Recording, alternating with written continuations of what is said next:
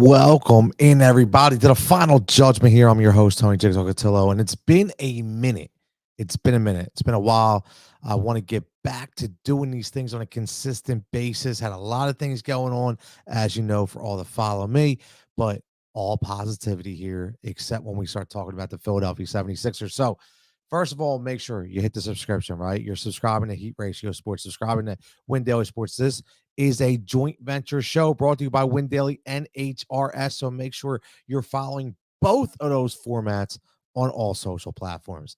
But I had to ask the question. Now, again, you know what we do here at Heat Ratio Sports, and usually Dan Green is offering you his awesome quick takes. So I have to follow him by answering some questions here.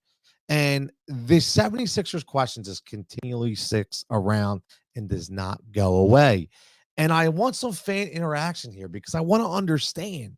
I need to understand what is going on right here with Glenn. Don't call me Doc Rivers, okay? And the reason why I say that is there are so many, or I should say, so much smoke in the air. And I've always said this throughout my entire broadcast career that where there's smoke, there's fire. Something's going on out there in Lakerville. Something is going on, and I don't know what it is, and I don't know what's going to happen. But all I know is something needs to happen. Something has to happen. Because we're sitting here watching these NBA playoffs, and I don't care if Luka gets blown out. I don't care if the Heat loses the Celtics. All I know is my Sixers, our Sixers, should be playing in this round of the NBA playoffs, and something happened, and nobody has any answers, and everything changed after we got James Harden. Everything changed after those first 5 games, and everything just fell apart, and I'm trying to figure out why. So I asked the question, will James Harden push Daryl Morey to push Doc Rivers to Lakerland? I have to ask you that question. Now, again, this is just my own rhetoric here. It's nothing else. No sources, nothing. Unscripted show. Just asking the question because I have to ask, what happens? What happens if Doc goes? Please don't tell me Mike D'Antoni. I don't want to hear that. Why are we following the Houston script who actually didn't win anything? And that's my biggest issue. They didn't win anything, so why would we follow them? Dante, what is up, man? What is up? Dante says, I have no knowledge on basketball. Teach me, Tony. Listen, I try to get as much knowledge as I can. We're all over the map. We're talking baseball. I won't be talking hockey. I'm going to tell you that. Talking football. Make sure you're following Sunday nights football at Sirius Satellite XM Fantasy Sports Radio. We're there every Sunday night, 9 to 11 on channel 87. Always talking about some great NFL talk and have some fantastic guests. But tonight is Sixers. Tonight is Sixers talk. Rich, what's up, buddy? Drum, as always, checking in, my man. I know you got a take on this. I want to hear it. And I want to hear it because I really think this has a very legitimate chance of happening. I do. Doc Rivers has already been traded in his career. Remember that. Already been traded. So I have here's the thing.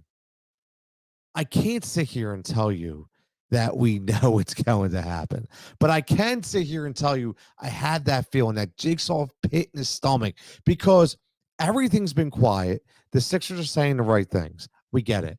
But my point is, I want to know what happens next, right? And there's a lot of questions here. There's a lot of questions surrounding the team. What happens to Tyrese Maxey? I need to ask that, right? We need to all think about that. We all need to think about that. And I know I'm going to ruffle some feathers here, okay? But before we get to the James Harden thing, and before we get to the Doc Rivers thing, what I do have to ask you, and a little off base here, I know the topic is, will James Harden push Doc Rivers to the Lakers? Which, Rich, I agree with you. I completely feel that this is going to happen. I think Doc is going to the Lakers. I would not be shocked. I have no idea what compensation is going to be, but there's a reason why the Lakers have not hired a coach. Please tell me why. Somebody legitimately tell me why the Lakers have not hired a head coach. Who are they waiting for? Think about this. Who are they waiting for?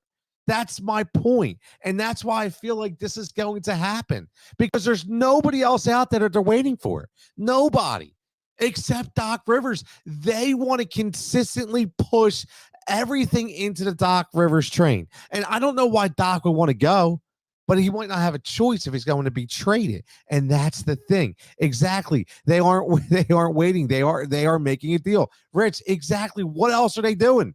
There's nobody else. Nobody else. Trevor checking it. What's up, Trevor? It says, please play Glenn Fry. The Heat is on level 10. Listen, man, my man's out there chilling. I see him every day, Trevor, sitting there with the selfies by the pool. Man, you're living it up, man. I hope all is well. But Rich says, Morey says Maxi's untouchable. Is he driving up the value? This is what I need to ask. This Adam, what's up, buddy? I hope you win your bet tonight. Let me know how that bet's going. Let me ask you this. Tyrese Maxey, love the kid, right? Love him. Absolutely love him. But let me ask you this question, and I don't want to get long-winded here, but I want your guys' take on this. Don't we here in Philadelphia, don't we wait longer than any other organization ever? No matter if it's the Phillies, no matter if it's the Eagles, no matter if it's the Sixers, the Flyers, all I'm saying is we always have to wait. We're always waiting for this player, this system, this process to develop. When do we finally say, screw it? Let's just win a damn championship. And I love Tyrese Maxey. I do. And I'm not telling you right now, I'm saying, let's just trade Tyrese Maxey. But what I'm doing is, I'm saying right now, you saw Joel Embiid at his worst.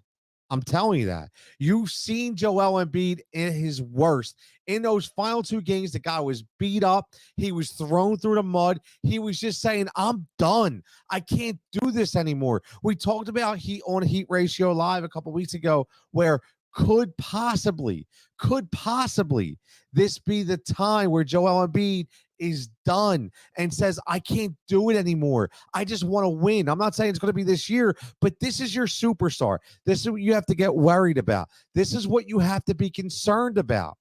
And the reason why I'm asking the question about Maxey is because even though, listen, I get it, you guys want to compare him to AI. He's not AI. He is a tremendous young talent who has a lot of work to do. But if he can bring you a championship chance, remember what I just said, a championship chance. If he can bring you in somebody to push you over the hump in these final 2 or 3 years of prime Joel Embiid, and possibly a year before he says he wants the hell out of Philadelphia, I need to take that chance and I need to do it. Now, I don't know who that's going to be. I'm just telling you that I need to win now. And I know I've been on this microphone before, whether it be PhillyInfluencers.com, whether it be Fox Sports The Gambler, sitting here with Mike Diaz from the Green Legion. Shout out Green Legion, always doing tremendous things. Diaz is a process truster. I get it, but me and him went back and forth because I wanted to trade Ben Simmons for Paul George. I wanted to trade for Kawhi. I wanted to do everything. You know why? Because I wanted a damn championship. I didn't want to wait. And I don't. Listen, what would you do right now if Tyrese Maxey isn't that guy? And you wasted the prime years of Joel Embiid. I'm just saying something has to give here. Something has to change, right? And Trevor says, AI, which one? Iverson or Iguodala? Come on, man. I got to give my boy Tyrese a little more love than Iguodala, man. Come on, Trevor. Come on. You can't tell me that. My man Dan Green, old school checking in. Some would have traded him last year for Harden. Yeah, right. See, Dan, you're right. And listen, I think we were all hoodwinked. I really do. Because I'll tell you what, I don't know how James Harden just flips the switch. Listen, you could tell me he was injured, whatever the case may be, but there is something going on right now with James Harden. There's something going on with this team that involves James Harden. Okay, the whole no comment after that ridiculous loss the following day about Doc Rivers, no comment. Are you kidding me? These Mike D'Antoni rumors that are being fueled, which we already know. We don't have to listen to a source to say, hey, these are coming from James Harden's camp or his agent. Come on, man. We know how the NBA works. We understand how this works. Of course it's coming from James Harden's camp. Listen, you don't have to be a brainiac to realize that. We already know. But the problem is, this shows that there's an issue on this team. And listen, this happens a lot. We've talked about this before. We do not get to see these other players play except for the highlights on SportsCenter, except for the web gems, right? So we had no idea. We did not know. We saw numbers. We saw numbers from James Harden, and that's it. We all thought that we were going to get a glimmer of the Houston James Harden. I didn't think we were going to get Houston James Harden, but I thought we were going to get the James Harden where he could eventually turn back the clock when we needed him. Like we needed him in the playoffs with Joel Embiid hurt, and he didn't do it. Right? There's something that to take an entire team and deflate them. That wasn't Doc Rivers. I think that was James Harden. Okay. But if James Harden is going to be Daryl Morey's right-hand man, and James Harden came in here and said, I want to play for Doc. He's the Hall of Fame coach, best coach in the NBA. Remember that? Can we rewind that when James Harden said that? Can we rewind that? Because now all of a sudden James Harden doesn't want to play for Doc Rivers. I don't know what the hell is going on, but all I know is this team has to change. And I would not be opposed to sending Doc Rivers to Lakerland and getting back some compensation, whatever it may be. But my point is, if we're going to do that, please, for the love of God, I don't want Mike D'Antoni. I understand. I've heard he's a player's coach. I understand that guys actually like him and they listen to him. And I understand he's an offensive coach. He's the guy that took James Harden and said, we're going to make him a point guard. And everybody had no idea why he would do that. And all he did was flourish at that position. But I don't want Mike D'Antoni. He's 70 years old. Why do I want another retread? Right? Why? My man Al checking in says, I'm back from vacay. You're losing your mind. Relax. I know. Al, I can't relax. There's just too much going on. This is me. I'm back. Jigsaw's back. This is who I am. I can't help it. Obviously, I do things every single day, but when these topics and these rumors start to come to fruition, it just makes me want to talk and speak about it. Dan says, not a big man coach. Exactly. Not a big man coach. Ironically, he wants to do cards. He wants to be today's NBA, which I know. And I've asked this question before. Let's get right into it too. What if you can't win with the big man in the NBA? Like, we all love Joe. I love Joel Embiid. I love everything about him. But what I'm saying is, if you do not build the perfect team around Joel, maybe you can't win in today's NBA, right? We've had this discussion before about Zion and Ja. You know I'm a Ja guy. I said that before. We don't have to talk about that. We don't have to bring it up. But what I'm saying is today's NBA. Look at the playoffs right now. The final four teams that are in the playoffs right now. Who's the big man? Who's the big man? Kevin Looney? Are you kidding me? Who's the big man? Bam Adebayo? Yes, had a tremendous game. But still, he's not Joel Embiid. Right, Trevor? I get it. Bam, yes, but he's not Joe. He's not Joe. And that's the problem. Because maybe, just maybe, you can't win with Joel Embiid. I hate to say it, right? But guess what? The MVP, Nikola Jokic, he's sitting home. Joel Embiid is sitting home. Giannis is on a different level. Giannis is the Greek freak. Giannis has developed more than I've ever seen before in my life. Rich says, thank you. I don't like Mike D. Exactly. What does he want? Why are we going to rehash the same guys that did not win, right? Did James Harden just take off to get Doc out? Listen, Rich, that's a great point. You know, because James Harden could be that kind of player. He shuts it down. That gets Doc out of here. Listen, something happened to that team. Even Tyrese Maxey was not himself. Actually, the best player that obviously in this postseason was probably Tobias Harris. How crazy is that? Tobias Harris actually showed up, right? And that's the crazy part. He's probably going to get shipped out of here because they need to move his contract. There's going to be a lot of things going on with this team. A lot of things going on. Adam says, what about Sam Cassell getting the job? Adam, I would absolutely love Sam Cassell to get this coaching job if Doc Rivers is out of here, right? I would definitely love that because let's face it. Tyrese Maxey was developed by Sam Cassell, not Doc Rivers. Tyrese Maxey was developed by Sam Cassell, and Sam Cassell deserves a shot. And I understand that these guys lost, but Monty Williams could have been a head coach in Philadelphia, and boom, where is he at? He's in Phoenix because he didn't have that opportunity. Sam Cassell is going to go somewhere and be a head coach, and God damn it, it better be here. It better be here. Dan says the three legit bigs, JoJo, Jokic, and Cat. Exactly. Where are they at? Not in the postseason right now. Giannis, different category, absolutely Greek freaky. The guy does it all, 100%. So it's starting to make me think, quite possibly, could this be an issue? Could this be an issue? My man Joe checking in, bring in Beal. I love Beal. I love him. The problem is, Joe, how do we get Beal here? And that's my biggest issue. How do we get Beal here? Now, I've seen some crazy scenarios, right, about things that they may have to do.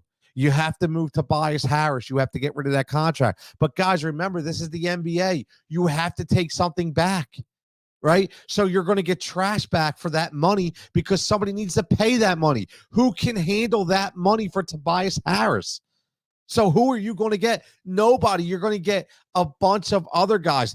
Here's the funny thing. You want John Wall?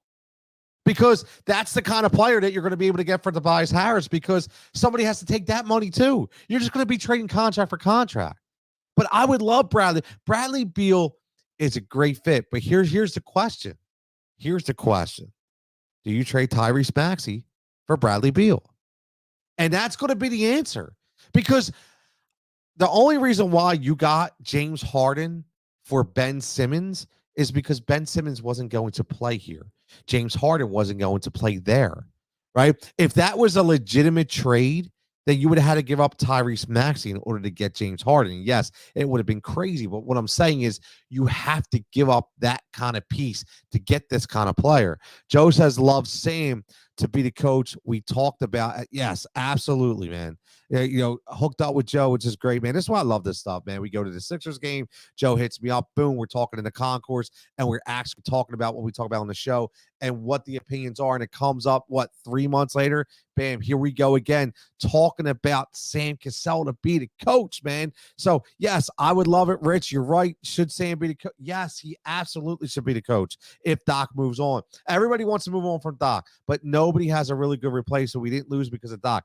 Al, I am not saying I want to move on from Doc. What I'm saying is I feel like it is a legitimate question of when it happens, not if it happens. Not saying I want to move on from Doc. What I'm saying, though, is I feel like the Sixers want to move on from Doc. They're saying all the right things, and I think that if they get the proper compensation, I think the Lakers will blow them away enough to get Doc Rivers. And I think Daryl Morey, who has this legitimate man crush on guys like James Harden and guys like Mike D'Antoni, will absolutely take compensation to get Doc out of here no matter what he says. He's saying all the right things right now.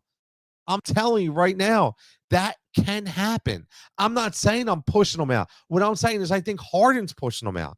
And yes, you're right. Nobody has a really good replacement. That's why the Lakers want Doc Rivers, because there's nobody else out there. But we do have a good replacement. I say give it to Sam. And here's the other thing. Let's end on this, because I love the interaction. We have to do this more, and I promise I will do this more. But what if the door is open for Jay Wright? And I'm just saying that. Let's end on that. Let's think about that. Final Judgment here with Tony Jigsaw Cutillo, brought to you by Heat Ratio Sports and Win Daily Sports. Again, what if it's Jay Wright? What if Jay Wright wants to coach in the NBA? Is that a possibility? Are we willing to go that route? Are we willing to bring in the next Billy Donovan? And what I mean by that is just the next, highly credentialed NBA or NCAA coach to the NBA realm. Are we ready for that kind of process? I don't know. Honestly, don't know. I was the guy who wanted Becky Hammon here. I wanted to be the team that was going to take the first female head coach and let her develop right here, okay, from that Popovich system. So, yes, 100%, I would take a shot with Jay Wright. I think Jay Wright accomplished everything he could at the collegiate level, and I think he's ready. I do. I think he's ready. I do think, Dan, that he would come out. I absolutely think, Adam, that Jay Wright would come out of retirement to coach the NBA. I think he left that door open. I really do. I think he left that door open, and I think he's a guy who wants to coach, right? He wants to coach. So think about this. He wants to coach. There's no way Jay goes back to the collegiate level, right? He said all the right things. Jay is a straight up authentic guy. He said all the right things. He would not be able to go back unless it was the back of Villanova, and that would just kind of supersede exactly why he left, right? So think about it. He's done all he could do there. The next step would be NBA. So either he stays retired or he becomes an NBA coach. Now, Dan has a great name here with Dawn Staley.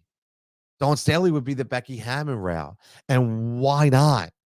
Bring Temple alum, Temple's finest, bring back Dawn Staley.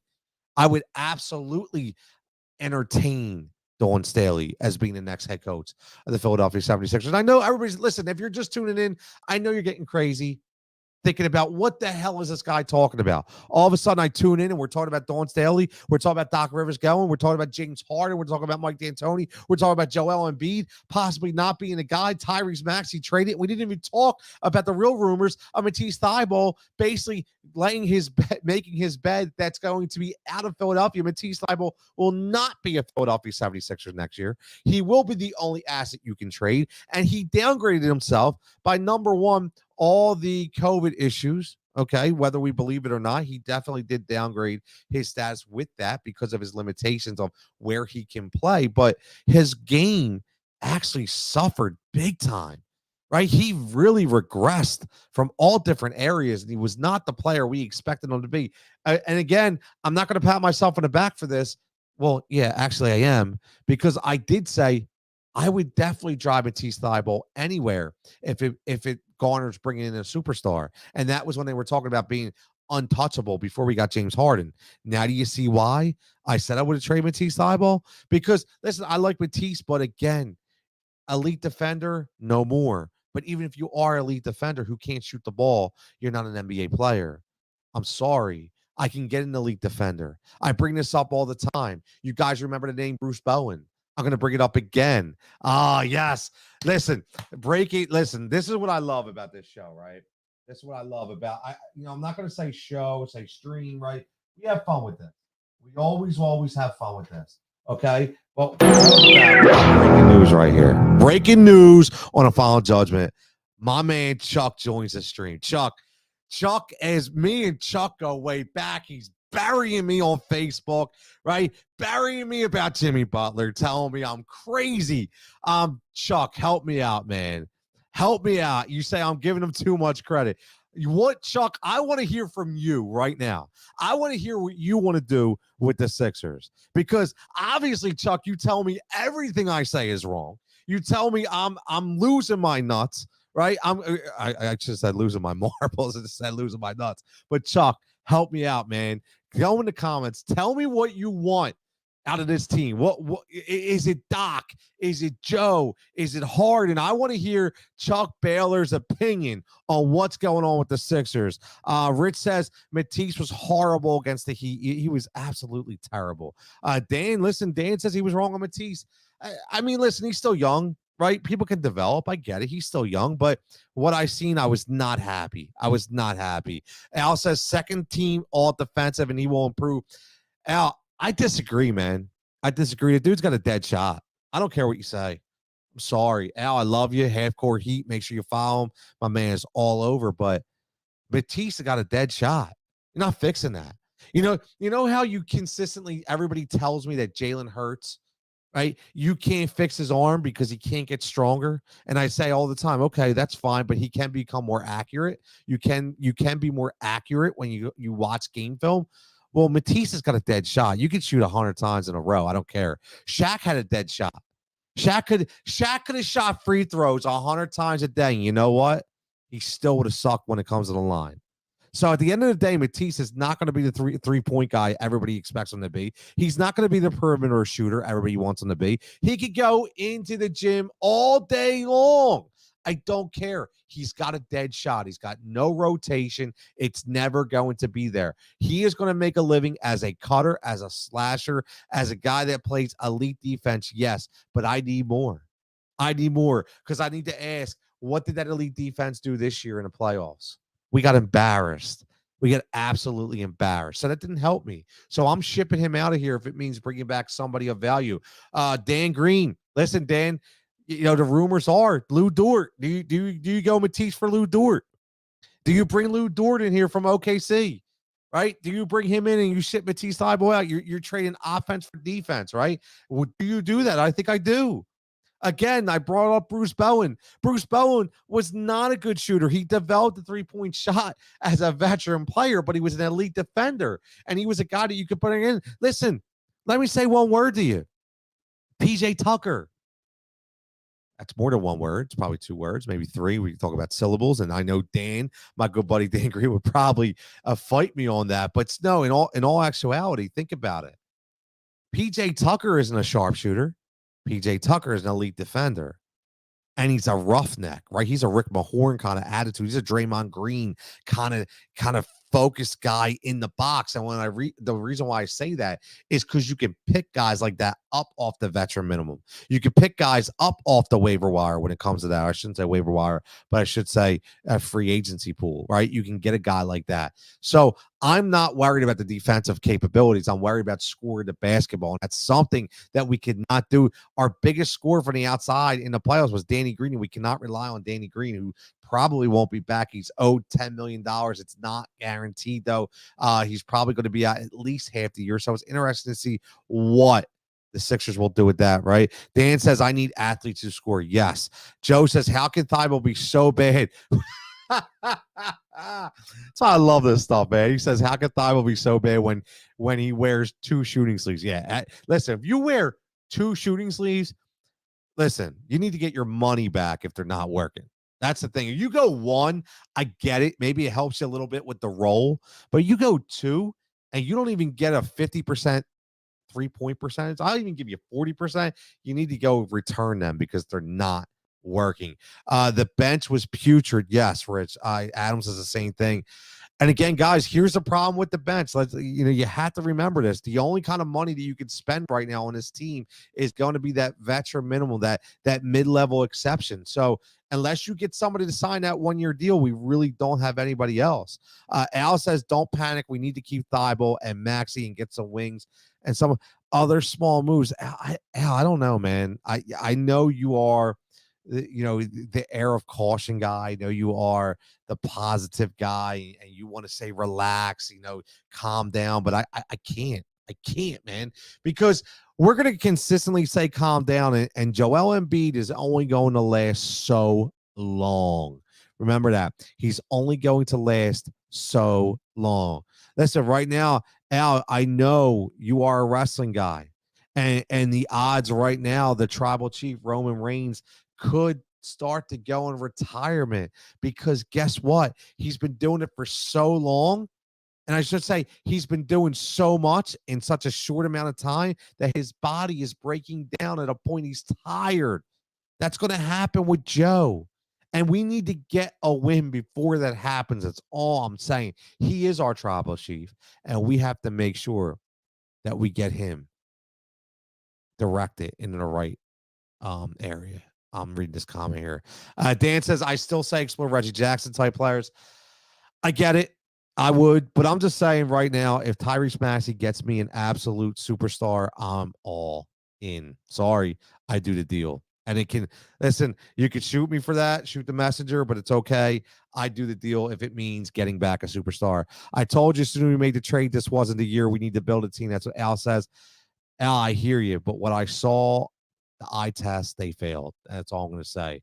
So I just don't see how this team comes back as constructed with a couple pieces here or there is going to be any better than what we've seen. I don't care about 50 wins. I don't care about, a 4 seed, a 3 seed. What I care about is making the NBA finals, at least the Eastern Conference finals, the ECFs. If we can't do that, it's an absolute failure. So it's going to be interesting to see what happens. Again, it's the Final Judgement, brought to you by Win Daily Sports and Heat Ratio Sports. Make sure you're following at Heat Ratio Sports and at Win Daily Sports on all social formats. So we actually are expected to come in here and go 10 minutes, 15 minutes. I got so much more to say, but we're going to cut it short because it's 30 minutes. I appreciate everybody checking in.